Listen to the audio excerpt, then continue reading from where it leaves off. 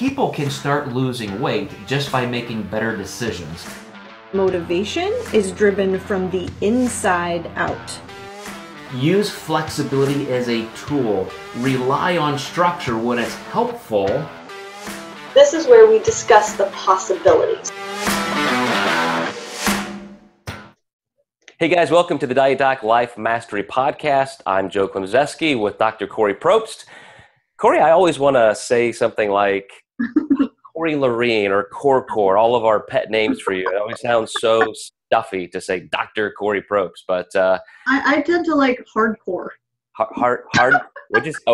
That's a nickname. Okay. That's what some of my clients call me. But Hardcore. All right. We could get you into an MMA ring at some point with that. But I love to discuss fitness entrepreneurship, and that's the topic we're in today. And the reason I brought that up with Dr. Kori Probst is you are a health psychologist, but you're also the vice president of the Diet Doc. Mm-hmm. So you're involved in a lot of business development work. You share that load with Steve, our communication director, me, mm-hmm. some other people who feed into that. Mm-hmm. And it's our job to make sure that the Diet Doc program owners are the best clinicians and coaches in the world. They have all the best resources and tools, but they also have to have a thriving business in a very competitive world. Yeah, without a business, they don't have any clients to utilize the skills that we're teaching them. Yes. Right. And one of the things that I spoke about at our recent annual conference was the difference between traditional business models for fitness and some of the online avenues. And I think there's been a gigantic divergence into everybody thinking online is great because it's so flexible. I can make more money. I can leverage my time. I can create an empire. I can be worldwide. And I cringe at that because I think unless you have some kind of known expertise, and as I called it at our conference, you've created a beachhead, a military term where you go into an area and you own it. You have to secure that. Nobody could come in. That's yours. You're protecting it. You own it. Then you can expand. And I think that describes or can describe many things. Number one, an actual brick and mortar community developed business, but it can be an area of expertise. And then you can launch into other areas. But let me ask you one question, because you've been working with me for a decade, and you've seen in that time a pretty big shift in the way fitness is perceived in every community. So what do you think there is in value terms to still having a business that has roots into a local community? Do you think that's a thing of the past, or does everybody need to consider that? I don't think it's a thing of the past at all, Joe. I think with the way that things are moving more towards online, I see that having more of an impact in terms of like product and commodities that that people are trying to buy and sell. But when we're looking at, and we'll just take our owners as an example, who have brick and mortar facilities that their individual clients can come into to visit with their coaches or to take classes, what they're able to create that online coaches can't as well, I don't think, because there's so much to being able to see someone face to face and have that eye contact and that resonance, and to be able to see your client's body language, and then for them to be able to hear your tone of voice and to just share in the energy that surrounds a goal pursuit. Our owners who have that facility are able to facilitate that. And right now I'm in a position where I'm doing mostly online work, but when I was with you in Indiana and we had that brick and mortar facility and we had individuals coming in for group fitness classes every week, it was a whole different tone that was there. Yeah, and so here's one of the differentiation points for me, because I also think because of that interaction. When you have face-to-face with somebody, a general population client who doesn't have the knowledge base that some people might going into a life transformative process, there is a lot of not only timidity, lack of knowledge, but they need some security. They need encouragement. They need support. And I know, I've heard Gary Vaynerchuk say, and hold up his phone and say, everybody thinks you can't build a business with this anymore, or and you can. It's just, you totally can do things online. But I've also heard the phrase that having some online businesses would be like trying to get a haircut through the mail. Some businesses you just physically have to be present to do your best.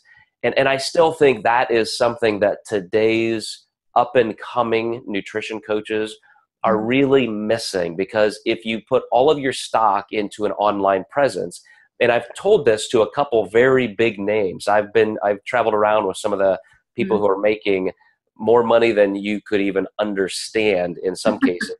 Right. And I've told them, I said, this is great, you guys are winning, but what happens when you can't do email 18 hours a day? What happens when you're no longer coaching them? What do you have?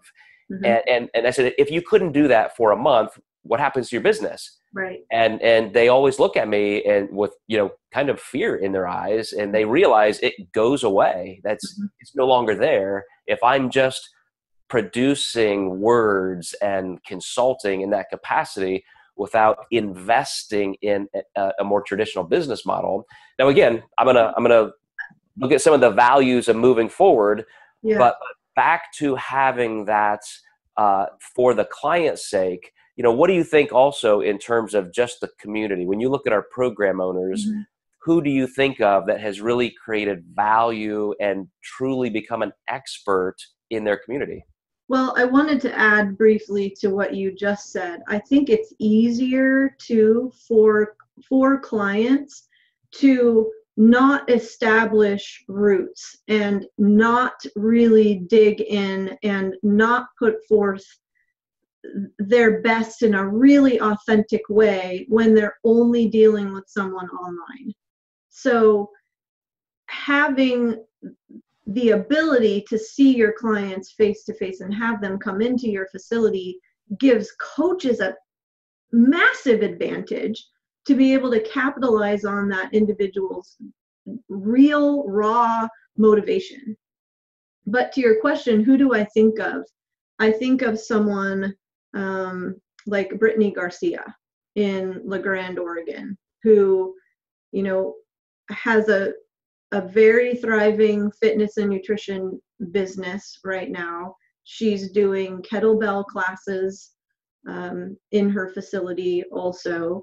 She has every client of hers come in every single week for a face-to-face check-in with her. And what she would say, and we've discussed this at length, is that her clients are that much more successful because they get to talk to her in real time. Right. And so it puts the onus not only on the owner, the coach, but it also puts the onus and a greater level of responsibility on the client, which I think is hugely important in terms of their process. As they take more responsibility for not only like managing their time better so that they can go see their client, but that extends into their goal process. What is important to me? How do I need to structure my days in a different way? And that's being reinforced, I think, in a more effective way with the coach when they're face to face and able to communicate and connect. Yeah, let me tell you the story. So my wife owns a gift store on Main Street in Evansville, and I was in the store on Saturday, and a woman walked in who was a personal training client of mine 20 years ago. And I get asked this every week. Somebody emails me, sees me in town, and says, man, when are you going to start training again? When are you going to? I've never been able to train with anybody except you. I would pay anything, go anywhere just to be personally trained by you. Mm-hmm. And this woman sitting inside of our gift store, she, with tears in her eyes, she said, man, those were the days. That was just amazing. I've never been that healthy. I've never been that fit. And it was all the camaraderie that didn't just come from my instruction, but other people around her. You know, I would do some small group stuff. So she was working out with other people. They were encouraging each other. And that sense of community is just something that's tough to build online. And I know there are disadvantages to being ingrained in a community. I mean, you're paying more overhead. There is risk, but I'm telling you, when I think of our program owners, as you said, who do that, and they have a strong hand in what they require of their clients coming in, meeting with them, those are the clients who just do the best. And they're willing to pay for that life-changing service. It's a model that can't be ignored. I agree with you. And I think an alternative to that model, but that still capitalizes on that face-to-face connection, collaboration, sense of community, is not to have the overhead of your own brick and mortar facility, but to collaborate and partner with other health professionals within your community. So you're utilizing their space, but you're still able to create that same high quality level of connection. Absolutely important. And you just made me think, Dr. Jen Souders, our medical director, gave a tremendous presentation at our annual conference. And our information push to our program owners is that, look, you are not only a fitness professional and leader, but look what you have behind you as a program owner within the Diet Doc community. You know, we have 3 or 4 medical doctors who are program owners, and you know, she was giving our owners this confidence to go looking for those referrals in your community.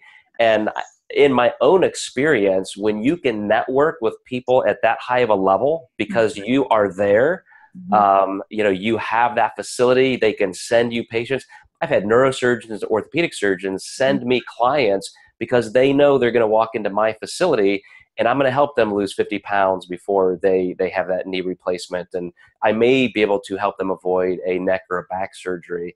But if you're just doing things online, that is going to just not happen. Yeah, I agree. It's certainly much more of a challenge. And for those for our owners who don't have brick and mortar facilities, we're helping them to capitalize on that sense of community and connection by doing things like Zoom meetings, having those face-to-face video chats with clients, getting on the phone instead of it all being through text and email. And yes, some clients are really going to thrive with that sort of communication. But if we're not able to really branch out and find out what is going to resonate most with the clients that we're working with, we're going to significantly miss the boat in terms of helping them as best as possible.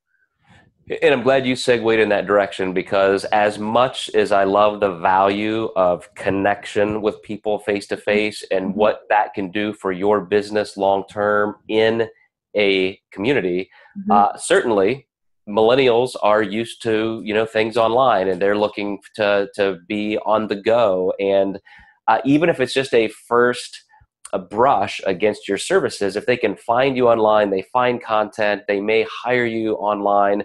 You know, some people have definitely grown up in that model where it can be okay for a % of people. I'm going to stick to my guns and say that face-to-face communication is like some of those fields where you just couldn't get it anywhere else. You know, I mean, obviously you can't go get surgery online. You can't, you know, sit across the table from your financial advisor and feel the same kind of, you know, security and all of that. So there's always going to be that. But as you said, we can take steps to recreate it as much as possible. And video, live webinars, Zoom meetings, things like that, absolutely a key for the future. So with that, if you were telling a brand new Diet Doc program owner and they don't yet have that kind of physical facility, what steps would you say have to be in place to try and replicate it as much as you can online?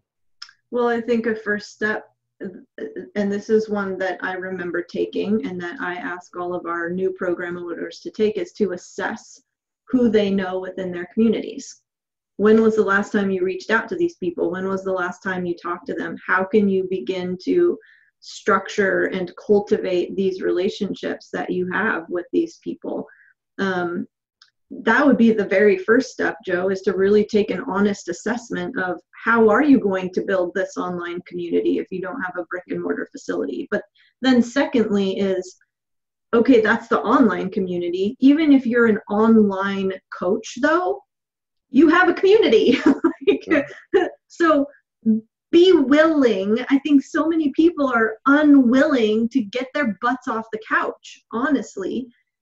Be willing to get your butt off the couch and go meet people. Find ways to generate relationships. If you're a quote unquote introvert, okay, go meet with one person. You don't have to go to a massive networking meeting or a conference if that's out of your comfort zone. But, so even building an online business or online presence, you're saying you physically have to be seen. You have to be shaking hands, meeting people. I'm saying that. Yes. Okay. That's great advice. I don't think that even came to mind. Obviously it's important, but that is definitely a profound place to start. Yeah. I'm not one to say throw your eggs all in one basket. Like, how are you going to build that community? Sure.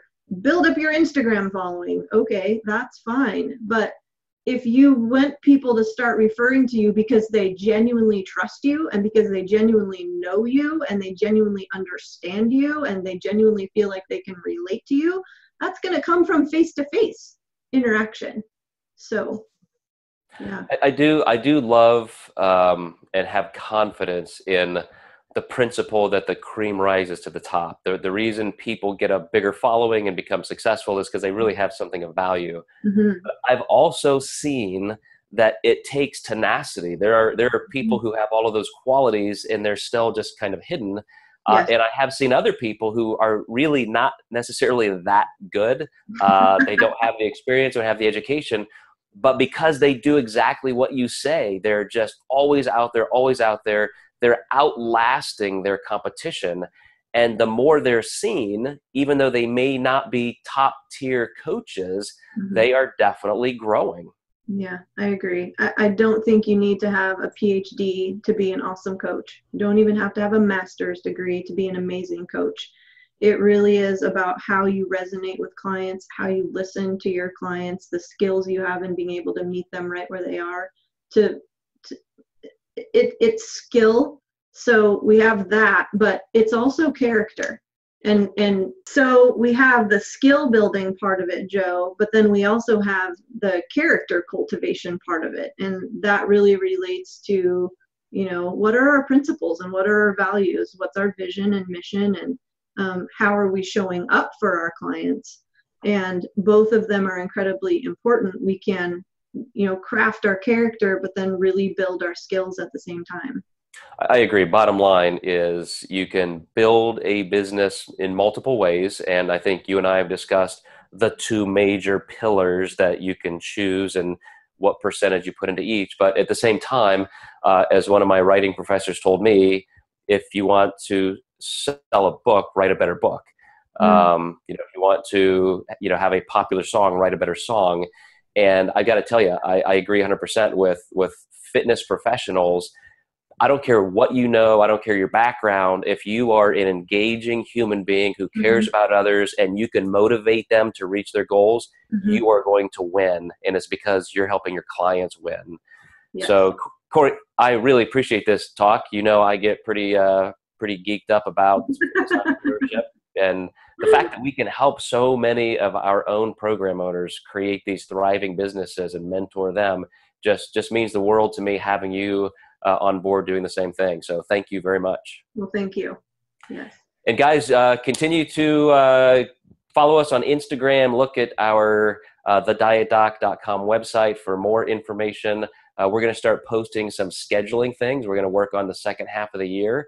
I'm going to be in Italy, if anybody can get over there in the next month. So I'll post some info about that.